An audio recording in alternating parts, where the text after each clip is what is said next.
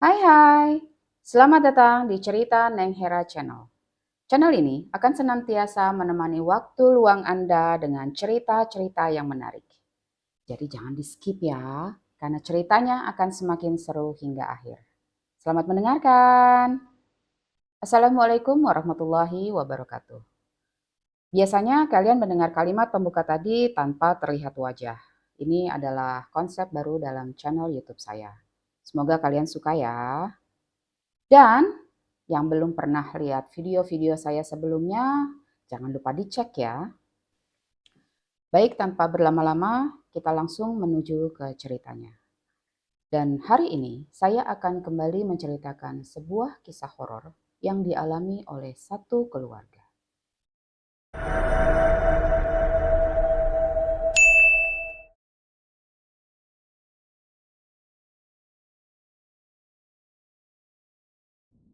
Santet. Kata ini sering kita dengar. Menurut Wikipedia, santet adalah upaya seseorang untuk mencelakai orang lain dari jarak jauh dengan menggunakan ilmu hitam. Biasanya, santet sering dilakukan oleh orang yang memiliki dendam karena sakit hati kepada orang lain. Dikatakan, santet dapat dilakukan sendiri maupun bantuan dari seorang dukun. Kisah kali ini dikirimkan oleh Santi yang menceritakan tentang salah seorang kakaknya yang diyakini mengalami gangguan santet hingga meninggal dunia pada tahun 2010. Nama-nama yang akan saya sebutkan merupakan nama-nama samaran. Awal cerita dikisahkan pada pertengahan tahun 2010, kakaknya Santi, kita sebut saja namanya Mbak Ayu, yang bekerja pada satu perusahaan ternama di Jakarta mendapatkan kesempatan menjadi seorang manajer. Pencapaian ini didapat karena dedikasinya yang begitu tinggi terhadap pekerjaannya. Sebelum jabatan manajer disematkan, Mbak Ayu harus terlebih dahulu menghadiri beberapa seminar, di mana beliau akan menjadi pembicara di seminar tersebut seputar pekerjaannya. Ketika seminar diadakan di luar kota, Mbak Ayu untuk pertama kalinya menyaksikan kejadian aneh. Ketika dia berdiri di podium, dia melihat ada seekor ular yang berwarna hitam dan besar melewati podiumnya. Mbak Ayu tertegun melihat kejadian itu. Selama beberapa detik, dia hanya terdiam menyaksikan binatang melata itu berjalan. Dan kemudian, tiba-tiba Mbak Ayu pingsan tak sadarkan diri. Ketika dia siuman, dia sudah berada di ruang kesehatan. Sekujur tubuhnya sakit, seperti ditusuk jarum katanya. Tak lama kemudian, perutnya terasa mual hingga dia muntah. Akhirnya, seminar tetap dilaksanakan tanpa kehadiran Mbak Ayu. Dan keesokan harinya, Mbak Ayu pulang menuju Jakarta. Satu hari kemudian, Mbak Ayu datang ke kantor seperti biasa. Dia bekerja seperti biasa. Tapi pada sore harinya, dia kembali merasakan sesuatu yang aneh pada perutnya. Perutnya seperti diremas-remas. Mbak Ayu sampai harus membungkuk menahan rasa nyeri yang berkepanjangan. Keringat dingin sebesar biji jagung mulai membanjiri sekujur tubuhnya. Sekretaris Mbak Ayu yang menyaksikan kejadian tersebut dengan panik berusaha membantu Mbak Ayu. Dan tak lama kemudian Mbak Ayu tak sadarkan diri.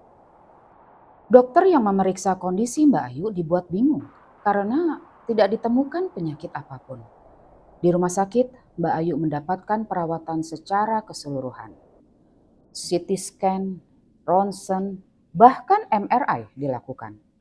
Tapi semua hasilnya menyatakan Mbak Ayu dalam kondisi sehat. Dan ketika rasa nyeri di perutnya hilang, Mbak Ayu segera pulang ke rumah. Saat itu, dokter juga hanya bisa memberikan obat pereda nyeri apabila serangan itu datang lagi. Dan sejak saat itu, hampir tiap sore menjelang maghrib, rasa nyeri pada perut Mbak Ayu selalu datang. Obat dokter tidak banyak membantu. 1 minggu kemudian, desas-desus di kantor mulai merebak. Beberapa rekan Mbak Ayu yang mengerti tentang dunia gaib mencurigai ada sesuatu yang kurang beres. Jadi sekali waktu, Santi pernah mengantarkan Mbak Ayu ke kantor. hanya untuk sekedar berjaga-jaga. Dan ketika makan siang di kantin, ada salah satu rekan Mbak Ayu yang kenal dengan Santi. Dia menegur Santi dan sedikit berbincang-bincang. Saat itulah Santi mengetahui akan rumor yang beredar seputar kantor Mbak Ayu. Ketika pulang ke rumah, Santi segera memberitahukan hal tersebut kepada orang tuanya. Berita ini tentu membuat orang tua dan keluarga menjadi sedih. Mereka tidak habis pikir, mengapa ada orang yang begitu jahat terhadap Mbak Ayu. Karena Mbak Ayu adalah orang yang sangat perhatian terhadap keluarga. Dia selalu berbuat baik kepada semua orang. Kepada rekan-rekan kantor, Mbak Ayu juga selalu sopan dan selalu siap membantu apabila ada yang sedang mengalami kesusahan. Kakak Santi yang lain, kita sebut saja namanya Mas Agus, mendatangi beberapa ustadz untuk mengobati Mbak Ayu. Karena secara medis tidak ditemukan penyakit apapun di dalam tubuh Mbak Ayu. Hanya dalam kurun waktu 2 minggu setelah kejadian awal, tubuh Mbak Ayu menjadi lemah tak bertenaga. Sekarang tidak hanya sore hari, rasa nyeri pada perutnya datang. Hampir tiap saat dia merintih menahan sakit. Pekerjaan kantornya menjadi terbengkalai. Dikatakan pihak kantor masih memaklumi kondisi Mbak Ayu saat itu, sehingga semua perawatan medis ditanggung penuh oleh kantor. Dikatakan oleh Santi, pernah ada satu kejadian pada malam hari, Mbak Ayu sampai terguling-guling menahan sakit pada perutnya. Ibunya Santi sampai menangis histeris karena dia tidak tega melihat kondisi putrinya. Dan saat itu, kebetulan ada saudara yang datang berkunjung sengaja mau melihat kondisi Mbak Ayu. Dan ketika itu langsung diputuskan untuk membawa Mbak Ayu ke orang pintar di daerah Bogor. Saudara Santi yang berkunjung, kita sebut saja namanya dengan Pak Firman, kenal baik dengan orang pintar tersebut.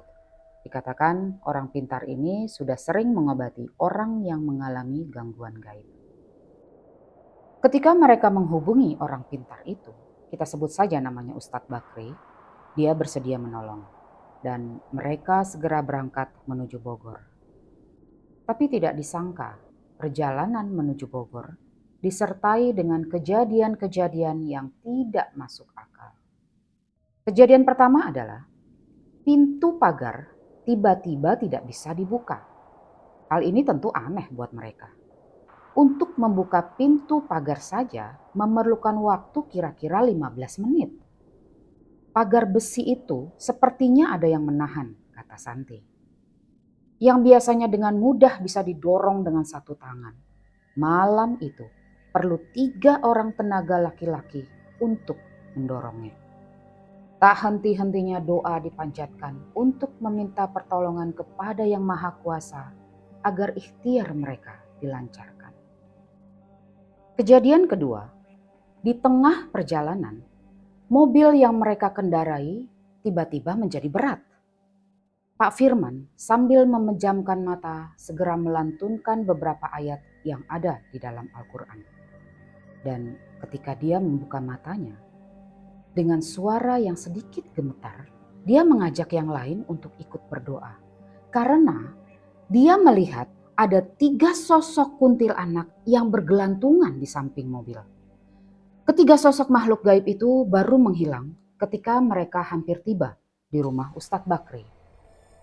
Saat itu waktu menunjukkan jam 3 dini hari. Ustadz Bakri yang menyambut kedatangan rombongan segera memerintahkan untuk masuk ke dalam rumah. Ternyata sepenglihatan Ustadz Bakri, begitu banyak makhluk gaib yang mengikuti perjalanan mereka. Dikatakan oleh beliau, makhluk-makhluk tak kasat mata dengan wajah buruk rupa berusaha mendekati Mbak Ayu. Santi dengan mata kepalanya sendiri melihat mata Mbak Ayu yang tadinya menutup rapat tiba-tiba melotot. Hal ini tentu membuat kaget semua orang. Ustadz Bakri segera menolong Mbak Ayu dengan mengusapkan air doa ke wajahnya. Seketika wajah Mbak Ayu yang tadinya tegang dan pucat perlahan-lahan menjadi cerah dan tenang kembali. Dan setelah sholat subuh berjamaah, Ustadz Bakri mengajak orang tua Santi untuk berbincang-bincang. Dikatakan oleh beliau bahwa Mbak Ayu mengalami gangguan gaib atau mistis atau yang biasa kita sebut dengan santet. Dan santet ini berasal dari tanah seberang. Sepertinya orang yang mengirimkan santet tidak suka dengan pencapaian Mbak Ayu dalam hal pekerjaan. Saat itu Ustadz Bakri dengan hati-hati sedikit mengucapkan kata-kata yang merujuk kepada penampilan atau ciri-ciri orang yang mengirimkan santet. Ketika mendengar penjelasan dari Ustadz Bakri, Santi ingat akan cerita yang disampaikan oleh rekan kantor Mbak Ayu di kantin tempo hari. Keesokan harinya, Santi sengaja janjian dengan sekretaris Mbak Ayu untuk bertemu, dengan alasan ingin memberikan surat izin sakit. Dia berusaha mencari informasi seputar rekan-rekan kerja Mbak Ayu. Ternyata benar saja. Ketika pimpinan kantor mengumumkan rencana keputusan pengangkatan Mbak Ayu sebagai manajer, ada salah satu rekan kerja Mbak Ayu yang merasa keputusan tersebut tidak adil. Hal ini dikarenakan dia sudah lebih lama bekerja di perusahaan tersebut. Sepertinya dia merasa jabatan itu hanya pantas diberikan untuknya. Sekretaris Mbak Ayu berani berbicara seperti itu karena orang tersebut sempat curhat kepadanya. Dan ketika Santi melihat penampilan orang yang dimaksud, betapa kagetnya dia karena banyak kata-kata yang diucapkan oleh Ustadz Bakri ada pada orang itu. Santi segera melaporkan informasi tersebut kepada keluarganya. Beberapa hari kemudian, ada saudara Santi yang datang menjenguk Mbak Ayu dengan membawa ustadz yang berbeda. Kita sebut saja dengan Ustadz Khairil.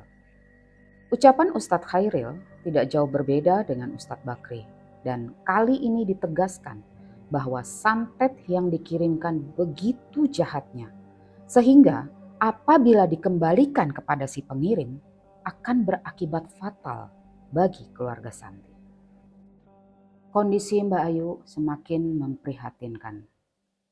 Dia sudah tidak bisa melakukan apapun selain berbaring di tempat tidur. Sesekali dia merintih menahan sakit. Mas Agus tidak tinggal diam melihat situasi tersebut. Hampir tiap hari datang ustadz yang berbeda untuk mencoba mengobati Mbak Ayu. Namun semua sia-sia. Beberapa hari kemudian, Ustadz Bakri datang ke rumah Santi. Orang tua Santi sudah tidak tahu lagi harus berbuat apa, karena semua cara sudah ditempuh. Sudah tidak terhitung lagi biaya yang harus dikeluarkan untuk mengobati Mbak Ayu. Ustadz Bakri berusaha memberikan bantuan moral kepada keluarga Santi. Beliau mengatakan, keluarga harus mengikhlaskan apapun yang akan terjadi. Dan malam itu adalah malam yang selalu diingat oleh Santi dan keluarga. Sekitar jam 9 malam, Mbak Ayu yang sedang terbaring tak berdaya tiba-tiba membelalakan matanya. Keluarga yang sedang mengaji di samping kasur sangat terkejut melihatnya. Tak lama kemudian, Mbak Ayu mulai bertingkah laku aneh. Dengan mata melotot, dia bangkit dari kasur dan mulai berjalan mengelilingi rumah. Santi yang melihat dengan sigap berjalan mendampingi Mbak Ayu. Dengan dipandu Ustadz Bakri, Santi berusaha melafalkan ayat-ayat suci Al-Quran di telinga Mbak Ayu. Dan ketika sedang berjalan menuju ruang tengah, badan Mbak Ayu tiba-tiba bergetar hebat dan kemudian terjatuh. Santi yang berada di sampingnya berusaha menahan tubuh Mbak Ayu agar kepalanya tidak membentur lantai. Badan Mbak Ayu masih bergetar selama beberapa saat dan pemandangan yang sangat menyedihkan terjadi. Lidah Mbak Ayu seperti ada yang menarik hingga keluar sampai ke dagu. Santi dan keluarga sampai menjerit menyaksikan itu semua. Ustadz Bakri berusaha untuk menenangkan seluruh anggota keluarga dengan mengatakan semua yang berada di dalam ruangan harus berdoa kepada Yang Maha Kuasa agar selalu mendapat perlindungan. Kalian bisa bayangkan nggak? Lidah ditarik sampai dagu.